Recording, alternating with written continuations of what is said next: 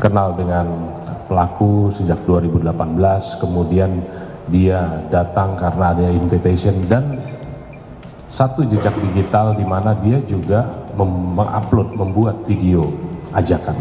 Dia juga suka bermain sabung ayam dan lain sebagainya, sehingga kepadanya kita tetapkan sebagai tersangka dan ini sudah ditahan. Pengakuan mengejutkan Bribda Kapri Sucipto, anggota Polda Sumatera Selatan, tersangka judi sabung ayam di Waikanan, Lampung. Keterlibatan oknum polisi Polda Sumatera Selatan dalam judi sabung ayam di Waikanan ini tak terduga. Pasalnya selama ini dalam kasus penggerebekan sabung ayam yang berujung penembakan 3 anggota polisi Polda Lampung disebut melibatkan 2 oknum TNI. Kini terungkap adanya keterlibatan oknum polisi setelah tim investigasi gabungan TNI Polri menggelar jumpa pers Selasa 25 Maret 2025.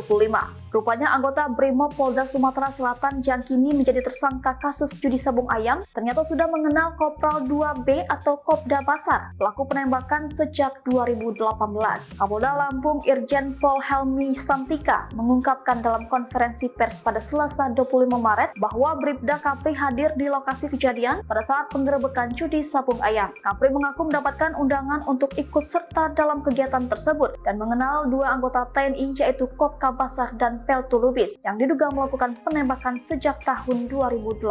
Kapri juga membuat video undangan untuk ajakan terlibat dalam kegiatan tersebut. Dia mengaku memiliki kegemaran terhadap sabung ayam. Penyelidikan lebih lanjut mengungkapkan bahwa Bribda Kapri tidak hanya hadir di lokasi kejadian, namun juga berperan aktif dalam mengundang orang untuk terlibat dalam perjudian tersebut. Ia diketahui memiliki hubungan dengan kedua oknum TNI yang diduga melakukan penembakan terhadap 3 anggota polisi. Keterlibatan Kapri dalam acara perjudian sabung ayam ini berujung pada insiden tragis yang menyebabkan penembakan terhadap 3 anggota Polsek Negara Batin yang sedang melakukan penggerebekan. Selain Bribda Kapri, 2 anggota TNI yang terlibat, Kopka Basar dan Peltu Lubis, telah ditetapkan sebagai tersangka dalam kasus pembunuhan tersebut.